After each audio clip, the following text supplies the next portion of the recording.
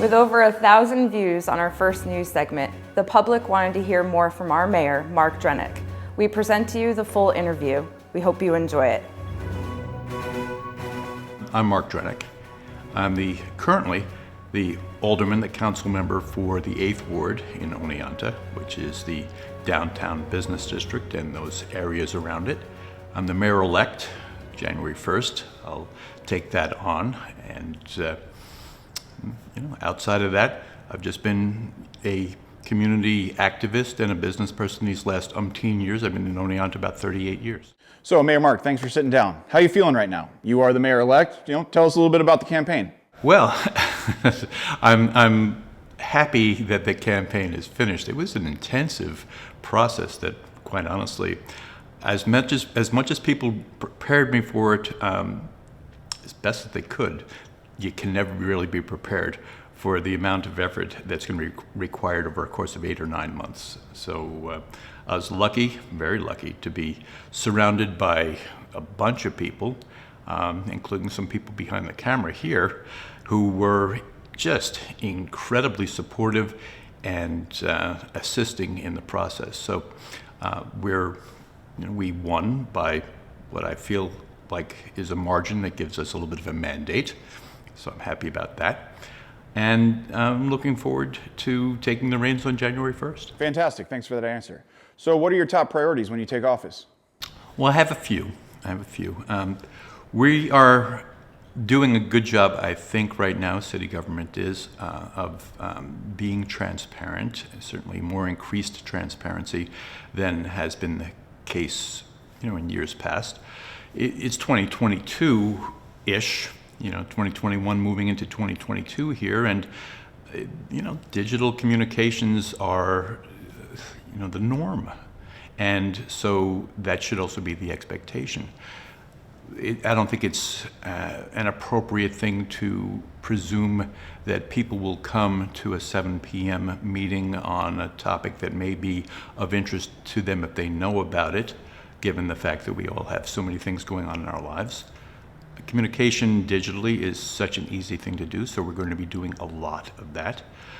We are going to be working across basically all of the areas of concern, and there are a few. Oneonta is really poised, I think, to be very successful in a very short period of time for all of the things that have been put in place that are starting to come to fruition. But we have any number of issues that need to be considered by, in my estimation, a larger percentage of the population than what we currently engage. So you're looking at 100, 150 people who are, and God bless them all, engaged in commissions and boards and other committees that have been trying to answer the various questions, address the various problems that the city has at any given time.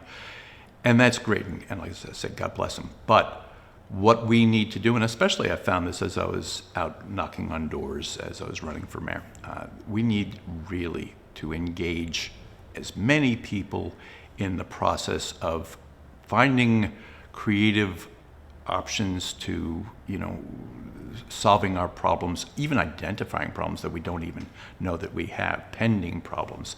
The best way to do that is to engage the community in ways that give them the option of doing as little or as much as they want to do, providing them an avenue. So we'll have various opportunities around summits and roundtables and other kind of discussions. But we'll create, I hope, a number of ad hoc groups that will, over the course of their time spent, provide some of our commissions and boards and committees with some different ideas and different paths and different potential solutions to some of the issues that we're dealing with now. Engaging the community, we only have 7,000 people here on a good day that are year-round residents. I was just up at the college talking with Dr. Cardea, the new president of SUNY, about the reality of our city really being a population of 15,000 when the colleges are in session. And so, sidebar conversation around how important, obviously, integrating the colleges into the community is, because they're in fact half of our community, and they need to feel like they're that much of our community. But when you only have 7,000 people who are residents, then you're looking at maybe 4,000 to 5,000 who are adults and engageable. It's a small population that's easily connected to, and we can engage more people, and we should engage more people than we are currently. I think it's going to make a huge difference. Digital communication and just physical communication are going to be a way to accomplish that. Awesome, thanks. I really appreciate that answer. So I guess the challenges you face are kind of going after that core group. Among others. I mean, we have challenges. My goal, as I stated over and over and over again over the course of the mayoral campaign, is in 4 years, you can judge whether or not I was successful by whether or not I was able to bring in 1,000 new residents that have jobs. Not just 1,000 new residents, but 1,000 new residents who have jobs. Those people have self-identified through the pandemic has had a silver lining. It's a very dark cloud, certainly, but when you look for them, there are those silver linings. And one of them is we were able to see, if you wanted to look, a whole mass of individuals who typically skew to a younger demographic, who we can capture. They can bring their laptops with them. They can bring their jobs that pay a pretty decent, very decent salary up here from, maybe it's a passable, livable salary in a metro area, but you'll be able to do a lot with that salary if you can bring your job with you. And so we are going to recruit those people. We're going to recruit by first, again, I was speaking with Dr. Cardea yesterday. The alumni are such an incredible resource that we haven't taken advantage of to bring some of those folks back with support, but also folks in the metropolitan area. But in terms of challenges, broadband is one, obviously, but housing. It's all well and good to recruit and be successful. Hopefully we will be. I think we will be in our recruitment. But if you don't have a place where people can live, and if you don't have something for a demographic that we're pursuing, a 25 to 39-year-old demographic, essentially, to do when they're here besides work. So addressing the needs, social and beyond, of that demographic is, I think, it's an issue to deal with. It's a hurdle that we'll have to overcome, but it's something that, knowing that that's what we need to do, it's accomplishable. And I'd like to say I'm one of those people. I'm 38 years old. I own a business. I lived in LA where I made a moderate income, which is substantial compared when I moved back here. I was able to buy a home, but unfortunately that home doesn't have internet access. It doesn't have the ability to get internet access because the contracts were written by the politicians. It's just a matter of time till the asteroid hits right. it. Exactly. So great. And talking about housing, there's a lot of conversation, and some unhappy people about this Dietz Street Project that just, created more housing, which is something that you identified that we need, but taking away what people think is our asset, which is parking. Right. Well, we have parking. We need the lofts on Dietz. Did we need it to drop in the middle of a parking lot without what I feel was adequate community engagement in the process? No. I don't have a problem with where it is at this point. I was the only person that I'm aware of who was railing against it when they were proposing it, for the fact that this is my ward, and as I talked with the people who surrounded that, still surround that, and they expressed their concerns to me, not just businesses, but also residents whose concerns about off-street, outside of that parking lot, blocking their driveways, blocking the ends of streets, not being able to see oncoming traffic, any number of concerns, most all of them around parking. They are concerns that can be mitigated. The concern that they all had, though, almost universally, was that they felt that they weren't brought into the equation in terms of, this is what we're planning. What are your thoughts? If you have a concern, let's talk about those concerns. Maybe those concerns are real-founded, maybe those concerns are not, but let's have that conversation. And if there is an issue, let's determine what our path to mitigation is, so that, and that is honestly, that's my big issue with, and was my big issue with the lofts on Dietz. Now I can tell you that ship has sailed. I lost that battle, right? And you need to understand that, one battle doesn't make a war, right? So we move on. We needed the lofts on Dietz. We need 64 apartments that are, moderate income apartments. We need the foot traffic that's going to bring to Oneonta. We need the commitment to the artistically oriented in our community and those who will come to our community, because that's transformative. So all of those things are accomplished by the lofts on Dietz. And I spent any number of years in Manhattan as an illustrator. I spent a good, what I thought was a good long time, and now in retrospect I realize it was only about 14 years, but boy, it felt like a long time when I was doing it. But when you're living in New York, you expect to see buildings. We're living in a city. This isn't New York City, but this is a city. We're not building, and I really don't see us building anything of, consequence outside of the business district of our city. But it's perfectly not only legit to have a building of some size in the heart of your city, it actually makes it feel a little bit like a city. Mm-hmm. And frankly, the folks that are still on the fence about the lofts on Dietz, oh, it's monstrous, it's huge, it's this and that.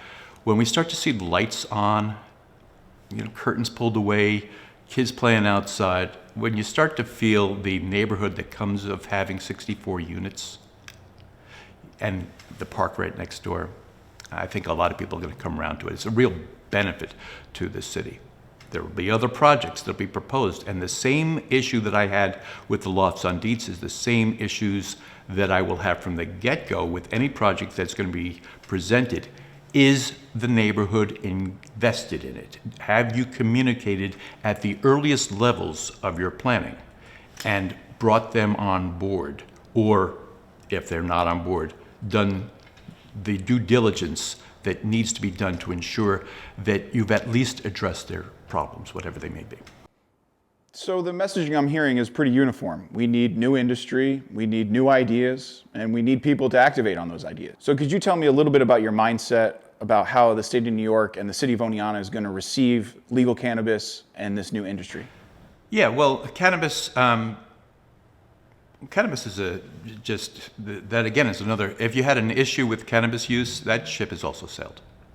That battle is not a battle that can be won, so let it go. So I'm still getting used to the smell of cannabis at 8:30 in the morning. Not coming from my house, but yeah, I do live in a college neighborhood. And it's taking a little while to get used to it. But it is what it is.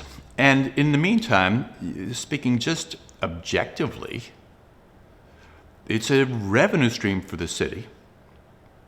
We want to bring our taxes down. One of the things about bringing 1,000 people in is it will bring the various slices of the pie, make those smaller for people while our tax base gets larger. The expectation of people paying uniquely and individually becomes smaller. So that's the value. It's also smart to be looking at revenue streams. Cannabis sales tax on cannabis in the city is potentially a huge revenue stream. So we're not opting out, as you're aware, I'm sure. And my expectation is that the state will do this right. One thing the New York State can do is regulate. Really good at that. I run a small business. I have an understanding of this. So I have every expectation that the state will make the process one that those who want to become dispensaries, have dispensaries as their connection to the community, will be vetted. So obviously, as a grandfather now, my concern is to ensure that that a product that has, the impact that smoking cannabis or drinking alcohol or whatever, that those things are regulated to the degree that you can feel confident that it will never find its way into the hands, as best as you can, of an underage audience, of an underage population. Ultimately, I have a lot of faith too in the entrepreneurs who are in technologies. I have no doubt that we will wind up in police enforcement with an ability to determine whether or not somebody is under the influence as they're driving, which is also a concern because we already have people who are distracted drivers.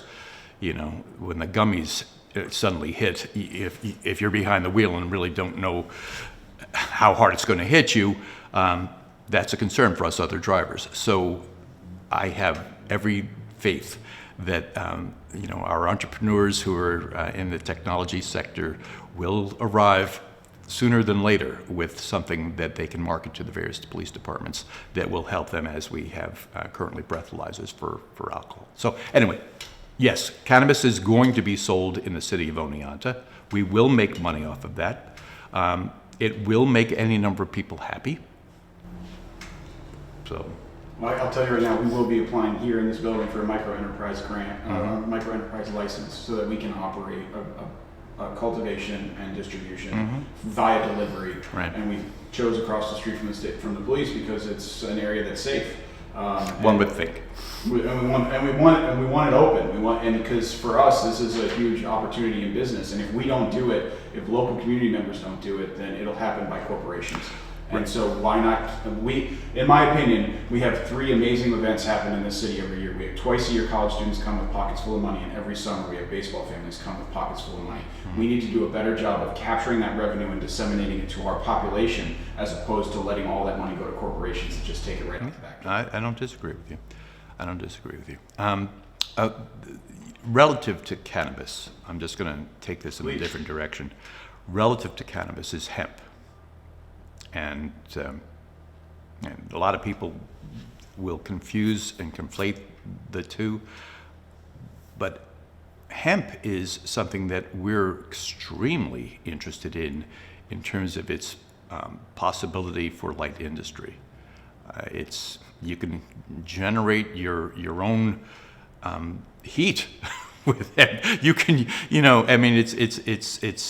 it's a very, I think, smart pursuit in an agricultural sector that we still have, not so much in the city, but in surrounding the city. They'll be impactful to the city, and we do have the rail yards are something that we are looking at, innovation centers and incubation opportunities, but also light industry. And for me, the agricultural potential of hemp, the industrial potential of hemp, the very greenness of working, with that sort of a light industry is very attractive to me.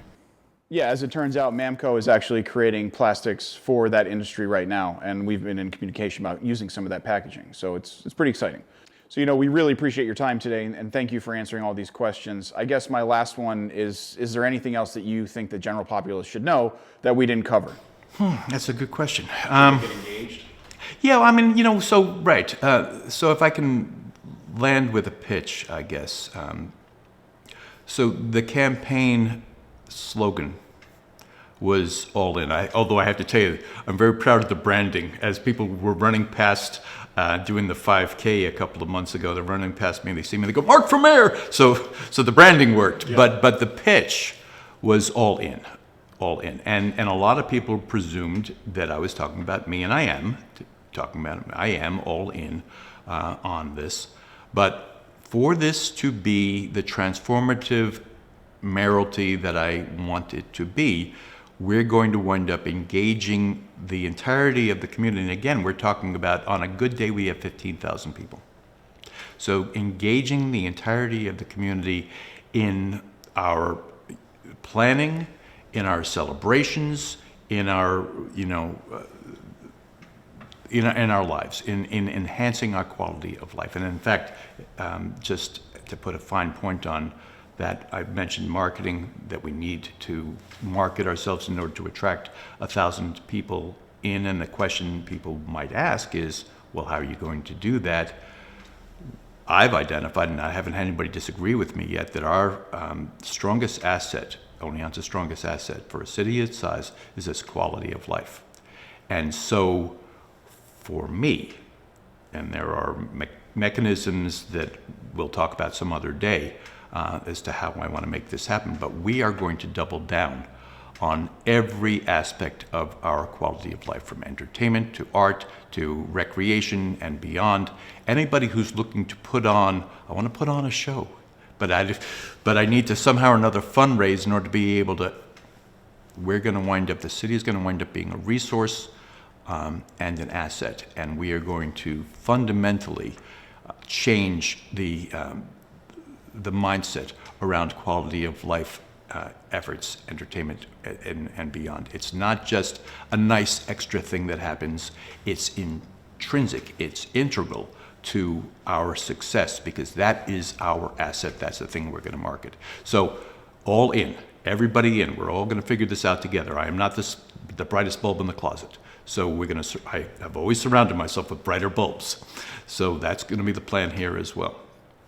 That's my pitch. And it works. I agree with you, because that's what got me here. I mean, absolutely. I mean, the quality of life, coming from LA, no traffic, very little homelessness, affordable housing, good quality of life, nature, and a simple and joyous life is what brought me here. And that's definitely what we're going to bring to the people. So thank you so much. I really appreciate the interview. That was great to hear. Thank you so much. Sure.